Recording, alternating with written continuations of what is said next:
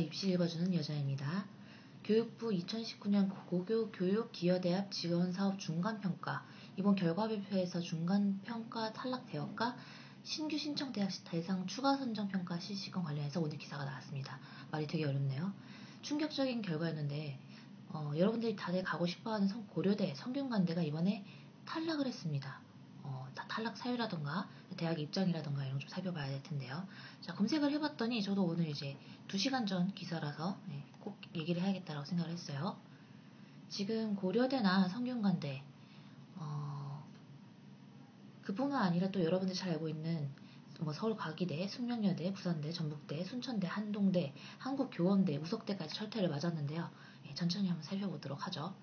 교육부가 지난해 68개국을 선정해서 예산 553억을 지원했었습니다.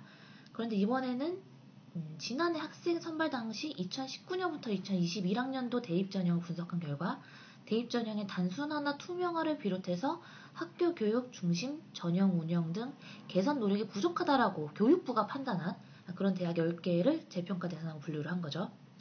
개인적인 분석으로는 이제 입시 비용을 늘리는 쪽으로 너네 입시를 조율한 거 아니야? 라고 이제 이런 방식으로 철퇴를 내린 게 아닌가. 그렇게 볼 수 있겠습니다. 근데 이제 사유가 어느 정도 납득이 가는 사유도 있지만 납득이 가지 않는 사유도 있어요. 보시죠. 자, 고려대랑 성균관대를 비롯해서 서울과기대, 숙명여대, 부산대, 전북대, 순천대, 한동대, 한국교원대, 우석대가 철퇴를 맞았습니다. 참고로 지난해 선정됐던 한경대가, 자, 한경대도요, 여러분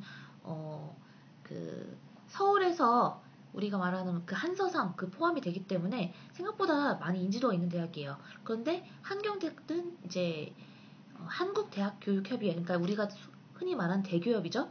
대교협의 기관평가 인증을 통과하지 못해서 사업이 중단됐어요. 그러니까 처음에 68개 교였는데 여기에서 하나 빠져서 67개 교였다. 근데 그 중에 이번에 10개를 더 뺐다. 이런 뜻입니다. 네. 예를 들어서 이 지원이 얼마나 막강한 영향력을 갖고 있는지는 이제 빠진다, 지원하지 않는다, 수십억이 걸려있다. 이렇게 이해를 하시면 될 것 같아요. 교육부는 주된 평가 요소에 대한 질문에 지난해 사업 실적과 올해 사업 계획 위주로 평가를 했다라고 밝혔어요. 그 다음에 2020학년도랑 2021학년도 대입전형 시행 계획을 여기에 포함을 시켜서 평가를 했다는 거죠. 근데 좀 의아해요. 그러니까 뭔가 지원금을 주는 건 좋아요. 근데 지원금을 국가가 원하는 방향으로 대학을 운영하자면 안 주겠다. 근데 문제는 그 운영하는 방향이 어떤 방향인지 제대로 밝힌 바가 없거든요. 예를 들어서 권역이랑 대학 규모별로 탈락 대학 쿼터를 지정했는데 이 탈락 대학 쿼터를 지정한 것도 비율도 불명확하다는 거. 그 다음에 갑자기 지원금인데 맘대로 취소할 수 있다. 이런 부분도 지원금을 어느 정도 예산에 반영한 대학 입장에서 굉장히 놀랄 수밖에 없겠죠. 일단은 교육부가 이의 신청하거나 전형 개선 자료를 낸다면 그것을 토대로 재평가를 해주겠다. 그 다음에 재평가 대상 대학의 평가 결과를 상세하게 안내하겠다고 밝혔지만 역시 대학들 입장에서는 비상사태다라고 볼 수밖에 없는 거예요. 그러니까 이의 신청하고 전형을 개선한 자료를 낸다면 봐주겠다 이런 의미로도 볼 수 있는데 참고로 여러분 그 법 때문에 3년 전에 모집 요강이라든가 전형안을 다 내야 되는 거 아시죠? 그러니까 그런 법적 안정성을 무시하고 이걸 이제 와서 바꿔라 라는 건 지금 시기상조상으로 오히려 법에 좀 배치된 상황이에요.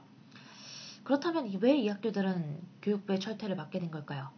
아까 교육부는 이제 이 학교들이 학생부 종합전형의 공정성을 위반했다고 판단을 한 거죠. 근데 그 공정성의 기준이 모호하다고 제가 계속 비판을 하고 있는 겁니다. 그러니까 이제 그 전체적인 공정성의 배점에서 학종은 29점에서 총 100점 만점에 36점으로 상향됐어요. 그러니까 학종의 공정성을 집중적으로 보겠다는 거죠. 학종을 내 맘대로 해라. 이거예요, 교육부 입장은. 이제 원칙은 당연히 해야 되는 게 맞습니다. 원칙은 제가 해야 된다는 건 자기소개서의 대필이나 허위 작성 확인 시 의무적으로 탈락과 입학 취소 조치를 해야 된다.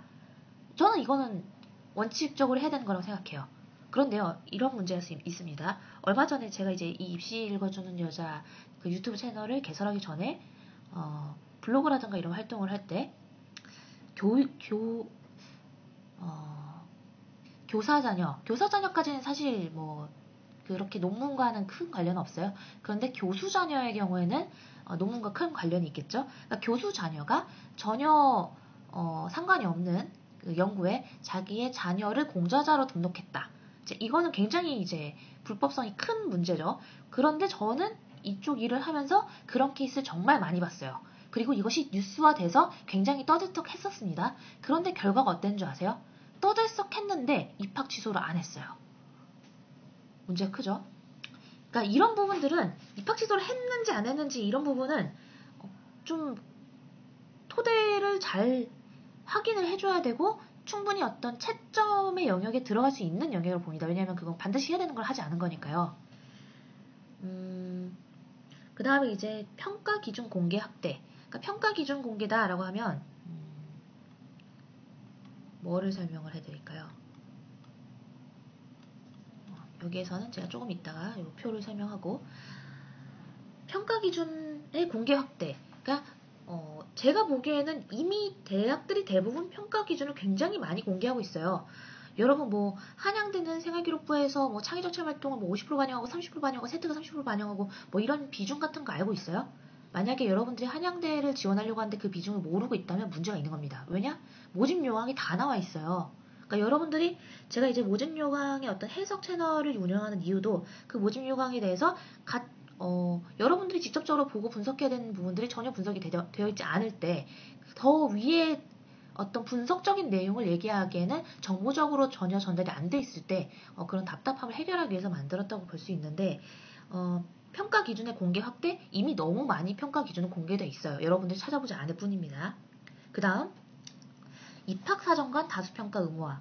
입학사정관 다수평가 의무화는 이거예요. 그러니까 한 명의 입시에서 면접관이 한 명이다. 이러면은 아무래도 비리가 끼어들 소지가 좀 높겠죠. 그래서 면접관을 뭐 3명으로 늘려라 라던가 혹은 이건 이제 면접은 1차를 통과했다라는 전제 하나 있는 거니까 1차 전혀 통과하지 못했어요. 그런 경우에는 서류 전형에서의 평가를 할 때 한 명이 채점하고 2명이 채점할 게 아니라 6명이 채점하고 한 명의 가장 높은 점수와 한 명의 가장 낮은 점수는 제외하고 평균을 내는 게 이미 벌써 고착화된 입학사정관 평가의 룰입니다. 그래서 입학사정관 다수평가가 의무화되지 않았다? 아니요, 이것도 충분히 의무화돼 있어요. 자, 그 다음 공정성 관련 위원회의 외부 위원 참여. 이거는 저는 좀 애매하다고 생각합니다. 그러니까 이 외부 위원이 그냥 친정부적인 인사하면 되는 건가요? 아니면 뭐 좌파이면 되는 건가요? 저는 그 부분에 대해서는 좀 의아하게 생각해요. 왜냐하면 대학은요, 국공립 어떤 대학을 제외하고는 다 사기업입니다. 예를 들어서 연세대도 채플이 있었었고요. 그 외 많은 기독교 사립 대학들이 사실은 어떤 포교를 위해서 100년 전에 50년 전에 대학을 세운 거예요. 본인들의 돈으로. 그러니까 본인들이 하고 싶은 것들을 하고 싶어서 만든 대학인데 거기에다가 외부위원을 참여한다는 거는 사실 좀 사적자치라던가 대학 내 사적자치라던가 대학의 어떤 권한을 전혀 인정하지 않는 게 아닌가라는 좀 생각이 듭니다. 우리나라는 자유민주주의 국가였죠. 사회민주주의 국가는 아닌 걸로 알고 있어요. 제가 좀 걱정이네요. 너무 정부를 까가지고. 교육부 대입정책 분야 담당자는 그렇게 밝혔어요.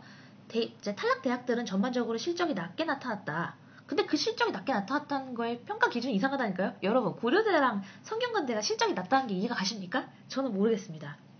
자, 일단 계속 같은 말로 제가 결국 까게 될 것 같은데요. 그러니까 고려대랑 성균관대의 경우 입학사정관 채용 규모가 당초 약속보다 낮다. 저는요, 이렇게 생각합니다. 제가 입학사정관 교육을 나가봤는데 사실 입학사정관의 연봉이 좀 과도하게 책정된 부분이 있어요. 예를 들어서 지금 뭐 전임 입학사정관 같은 경우에는 뭐 최소 연봉이 약 3천만 원 정도인데 실제 입학사정관들이 일하는 시기는 3개월이 안 됩니다. 그러면은 그 3개월 안 되는 동안에 뭐 계산해보세요. 제가 보기엔 좀 과도하게 책정이 돼 있다. 근데 그렇게 하는 업무에 비해서 너무 많은 사람들 정직원을 뽑으라는 게 지금 국가 입장인데 그게 되나요? 그러니까 일하는 시기는 한정적이니까 상당수는 기간제여야 할 겁니다. 근데 이제 이 부분은 채용을 하는 것에 대해서 국가가 아예 그냥 정확하게 비율을 뭐 한 명 채용당 얼마만큼을 지원해주겠다 이렇게 정해버리면 좋은데 일단 너네가 채용해보고 내가 마음에 들면 지원금을 줄지 안 줄지 결정할게 라고 한 거예요 지금. 그리고 실제로 지금 자기 마음대로 결정을 했죠. 아 저거 잡혀가면 안 되는데 걱정이네요. 고른 기회 전형의 비율이 다른 대학보다 낮다. 고른 기회 이것도 마찬가지예요. 차라리 그냥 국가가 고른 기회 전형 비율을 5%로 해, 10%로 해 정해주고 그런 다음에 그러면 이 퍼센테이지에 해당하는 만큼의 지원금을 줄게 이렇게 돼야 되는데 일단 해보고 마음에 들지 않았으니까 넌 지원금 취소. 어디가 문제인지 아시겠죠? 화가 나네요.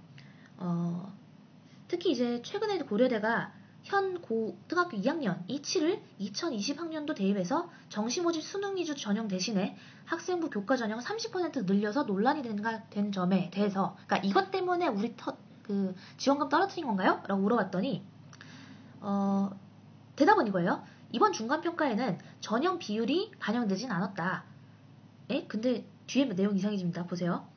고려대가 2021년도에 30% 가까이 증원한 학생부 교과 전형에 대해서 학생부보다 면접의 영향력을 높게 설계한 점이 낮은 점수를 받은 원인이다. 여러분 제가 지금 기사의 내용을 그대로 읽어드리고 있습니다. 중간평가에 전형 비율이 반영되진 않았다. 근데 학생부 교과 전형에 대해서 면접의 영향력을 높게 설계한 점 이게 비율 아닙니까? 이게 전형 방법의 비율 아닌가요? 답답하네요. 그러니까 이걸 제가 이제 해석을 하면은 이런 의미인 것 같습니다.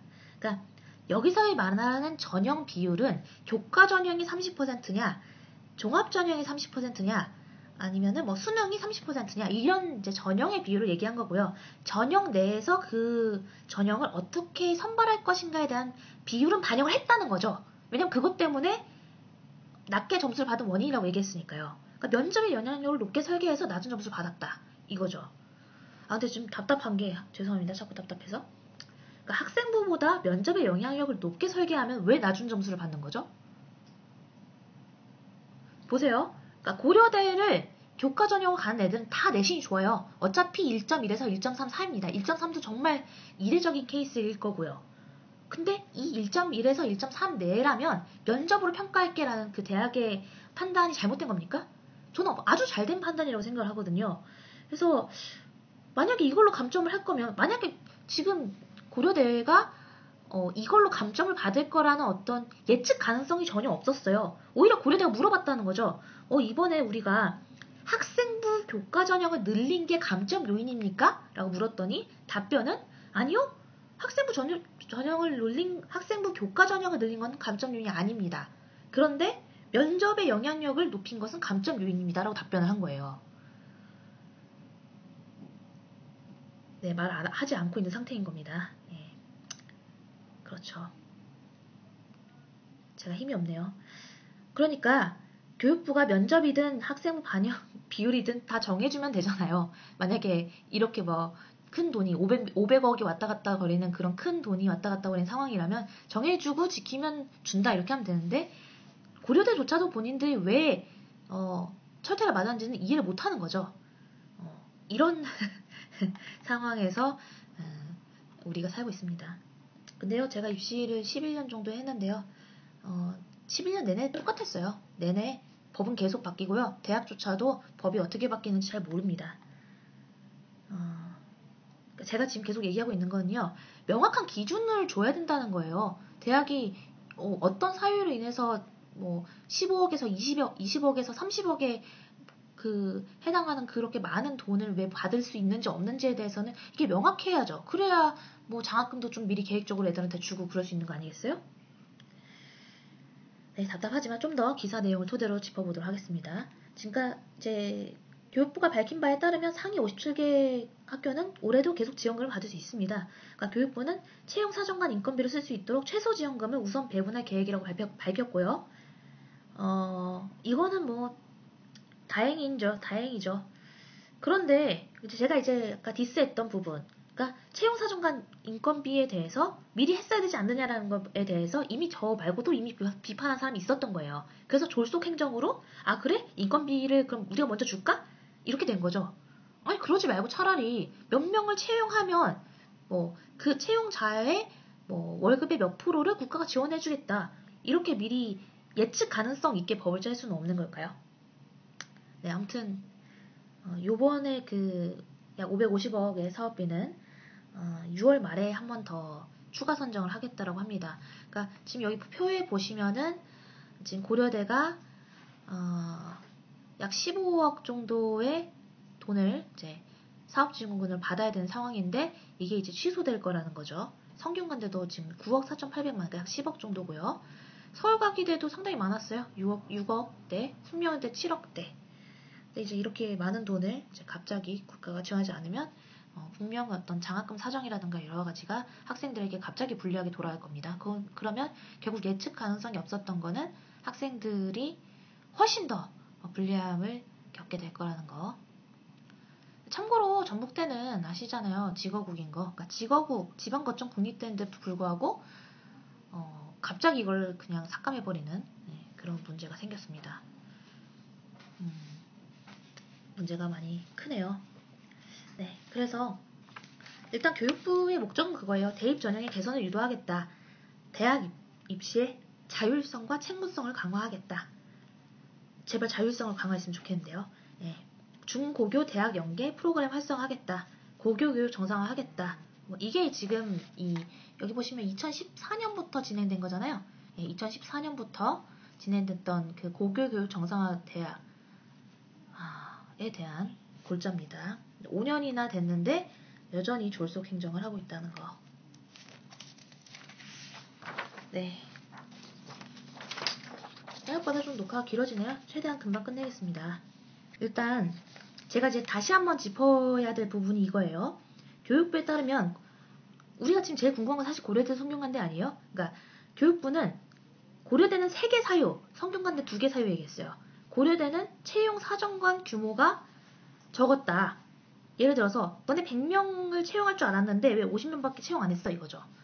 근데 이거 제가 내부 사정을 좀 아는 사람으로서는 이 인건비 감당이 안 됩니다. 진짜로. 그러니까 정말 달달이 일 시킬 수 있는 상태의 그 뭐 3개월 계약 이렇게 해야 되는 거지. 이거 기본적으로 2년 계약이거든요. 최소. 그리고 요새 뭐 법이 뭐 이런 게 바뀌어가지고 막 뭐 평생은 아니어도 이 뭐 자동으로 연장된다던가 뭐 이런 뭐 그런 거 많잖아요. 기간제에서도 사실 기간제가 아닌 거. 그러니까 그것 때문에 지금 노동법 때문에 그런 건데 왜 이거를.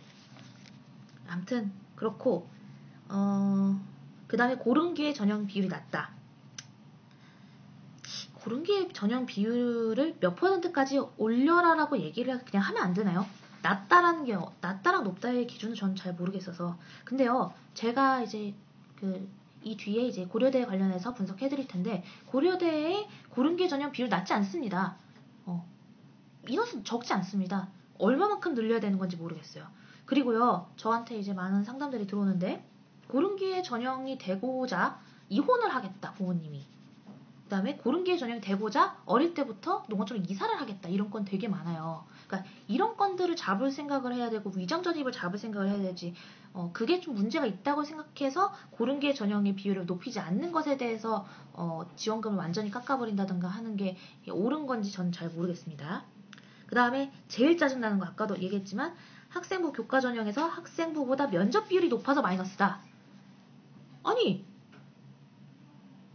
1.1에서 1.3이에요. 이거 오히려 되게 합리적인 겁니다. 예를 들어서 종합전형, 학생부 종합전형에서 2차는 면접 100%를 뽑을 거야 라는 데가 있다면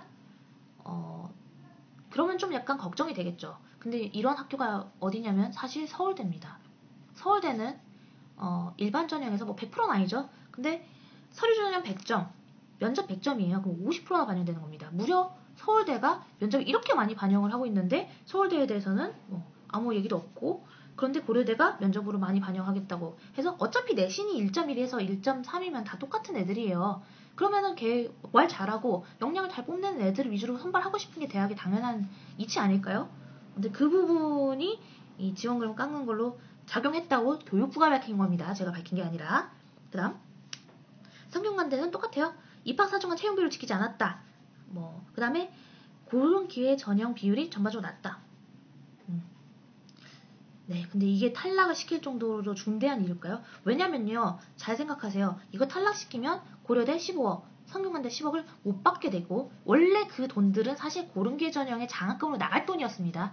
알고 계세요? 고려대는 성적 장학금이 없어요. 모든 애들에게 고른기회 형식으로의 장학금을 줍니다. 그러니까 얼마나 뭐 우리 집안이 좀 힘드냐에 따라서 그냥 장학금 다 주고 있어요. 근데 이번에 이걸 싹 삭감하면 그 장학금이 이제 싹 없어집니다.